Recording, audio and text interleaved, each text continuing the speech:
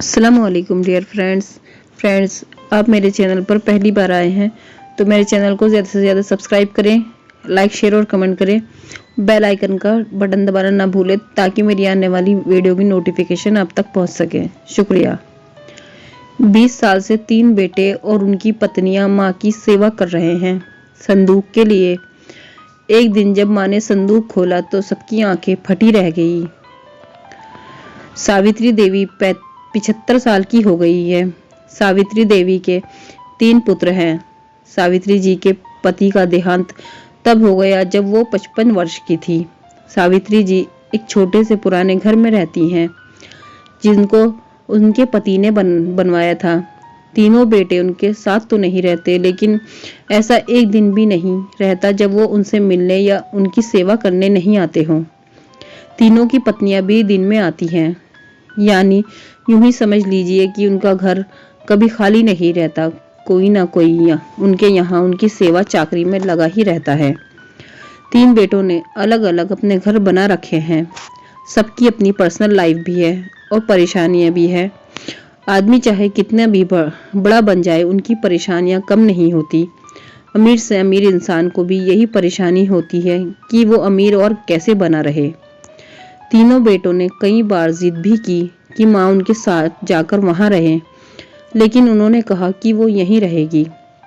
उसी घर में उन्हें और कहीं चैन नहीं आता है। आप ऐसा बिल्कुल मत सोचिए। ये तीनों बेटे बड़े सपुत्र हैं, इसलिए वे उनकी माँ की सेवा में लगे रहते हैं। तीनों बेटों को उनसे ज्यादा प्यार या लगाव की असली वजह कुछ और है। वजह है उनकी माँ का एक बड़ा संदूक, एक बड़ा लकड़ी का संदूक जिस पर ताला लगा रहता है। यह संदूक इनके जीवन में बहुत अहम भूमिका रखता है। इस संदूक के अंदर क्या है और कितना है, ना तो इन तीनों बेटों को पता है, ना इनकी पत्नियों को। बस जब से पिताजी गए हैं, माताजी को इस संदूक की रक्षा करते देखा है। इसलिए इन सभी ने अपने अनुमान लगा रखे हैं। ना ही अनुमान बल्कि इन्होंने तो एक आस लगा रखी है कि इस संदूक के खुलते ही ये क्या करने वाले हैं। सावित्री जी उस संदूक को छोड़कर कभी नहीं जाती। कभी जाती भी तो अपने कमरे में बड़ा ताला लगाकर ही बाहर निकलती। वो सिर्फ थोड़ी देर में ही वापस आ जाती। तीनों बेटे और उनकी पत्नी की उस संदूक पर नजर न जाने कब से है। सबने अपनी तरफ से अपनी कोशिश भी करके देख ली कि माँ को अपने साथ अपने घर ले जाने की, ताकि माँ के साथ उनका संदूक भी वहां से हिल सके। और फिर जाहिर सी बात है कि जिस घर में रहेगी उसका संदूक। लेकिन सभी एक दूसरे की काट करते हैं। इसकी कृपा है कि माँ के आगे पीछे माँ जी करते न सिर्फ बेटे बल्कि बहुएं भी चक्कर लगाती रहती हैं। लेकिन सावित्री जी भी भली भांति अपने बेटों को समझती हैं। वो जानती हैं कि उनकी इतनी सेवा क्यों हो रही है। उनकी सेवा उनके संदूक के कारण हो रही है। उन्हें पता है कि जिस दिन यह संदूक इनके हाथ से गया, उस दिन उनका मूल्य कुछ भी न रह जाएगा। तीनों भाइयों और उनकी पत्नियों में ये बातें हैं कि माँ के पास न सिर्फ उनका सोना है, बल्कि उनकी सास का सोना भी इसी संदूक में है। माँ इसलिए संदूक की इतनी हिफाजत करती हैं। सभी अपनी अपनी कहानियां बनाकर बैठे हैं कि किसी का दावा है कि उन्होंने संदूक को एक बार उठाकर देखा है, वो बहुत भारी है। माँ के कमरे में इन बहुओं ने कई बार सफाई के बहाने संदूक के पास जाने की कोशिश की, लेकिन माँ जी ने उन्हें बार बार टोका और कहा कि इस संदूक से भी दूर रहें। समय आने पर इस संदूक में क्या है तुम्हें अपने आप ही पता चल जाएगा। आखिर माँ की बात कौन टालता, और वो भी अभी तो कोई भी नहीं। बस उस समय के इंतजार में यह सब माँ का अच्छा बेटा और अच्छी बहू बनने की कोशिश कर रहे हैं। रात में कोई ना कोई माँ के घर में जरूर रुकता है, लेकिन माँ जी उसे अपने कमरे में नहीं सोने देती। इस तरह सावित्री जी ने इस संदूक के सहारे 20 साल निकाल दिए। एक दिन माँ जी की तबीयत ठीक नहीं थी। अक्सर जब तबीयत बिगड़ जाया करती थी तब उनके बेटे को अस्पताल ले जाने को कहते थे, लेकिन वो उसके लिए भी राजी नहीं होती थी। वो कहती थी डॉक्टर को यहीं बुलवा लो। उनके बेटे ऐसे ही करते थे।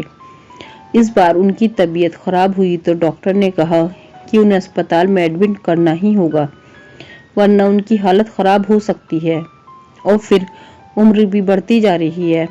आखिर कब तक यह शरीर साथ देगा? डॉक्टर के जवाब देने पर तीनों भाइयों को दुख से ज्यादा उत्साह दिखाई दिया। उनकी पत्नियों की आंखों की चमक साफ दिखाई दे रही थी। सावित्री ने उन्हें कमरे के बाहर खुसफुस करते सुना। तीनों इस बात पर चर्चा कर रहे थे कि मां के जाने के बाद संदूक में जो भी है वो आपस में बांटा जाएगा, सबको बराबर बराबर मिलेगा। सावित्री जी ने जब यह सुना तो उनको अंदाजा लग गया कि अब समय हो गया है कि इन सबको ये बताने का कि आखिर इस संदूक में क्या है। उन्होंने आवाज लगाकर अपने तीनों बेटों और बहू को अंदर बुलाया। सबने आते ही कहा, माँ अस्पताल चलते हैं, आप वहां जाकर ही ठीक होंगी। माँ ने कहा कि पहले वो जान लो जिसके लिए तुम सब इतने सालों से चक्कर लगा रहे हो, उसके बाद तुम्हारी मर्जी। इस संदूक में तुम तीनों के लिए मेरे पास कुछ है जो मैं तुम्हें आज देना चाहती हूँ। माँ ने अपने तकिए के नीचे से एक चाबी निकाली और धीरे से खड़ी होकर संदूक को खोलने के लिए नीचे झुकी। वहां खड़े सभी बेटे और बहुओं की धड़कन तेज थी।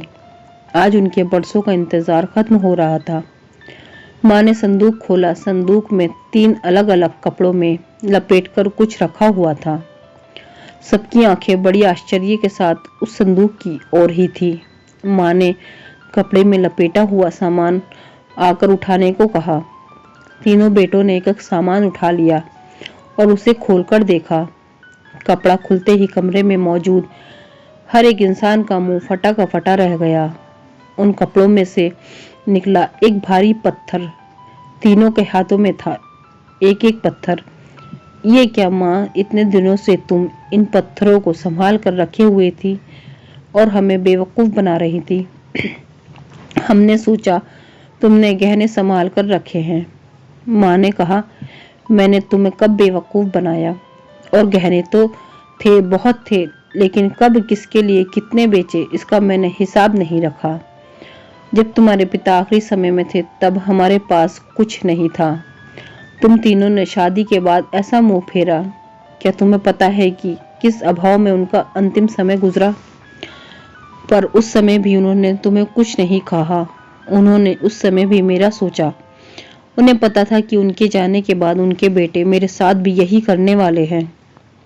इसलिए उन्होंने मेरे लिए इस संदूक का उपाय खोजा। देखो कितना सही उपाय दिया था। तुम लोगों को बेवकूफ बनाया। ये तुम लोगों से सेवा करना उनका मकसद था, न मेरा। वो तो चाहते थे कि उनके जाने के बाद मैं अकेली ना रहूं, बेटे मेरे साथ हो, मेरी आंखों के सामने, बस यही इच्छा थी। अब मैं शायद ज्यादा ना रहूं, इसलिए मैंने तुम्हें सच बता दिया। सभी बेटे बहू अब कमरे में बड़बड़ाते हुए और गुस्से से निकले। करीब 1 घंटे तक माँ के कमरे के बाहर ही सब एक दूसरे पर अपना गुस्सा निकाल रहे थे। बहस हो रही थी कि अब माँ को अस्पताल ले जाना है कि नहीं, और ले जाएगा तो खर्चा कौन उठाएगा। माँ जी अपने बिस्तर पर लेटी हुई सब सुन रही थी। फ्रेंड्स, आपको मेरी कहानी पसंद आई है तो मेरे चैनल को सब्सक्राइब करें, लाइक, शेयर और कमेंट करें। शुक्रिया। अल्लाह हाफिज।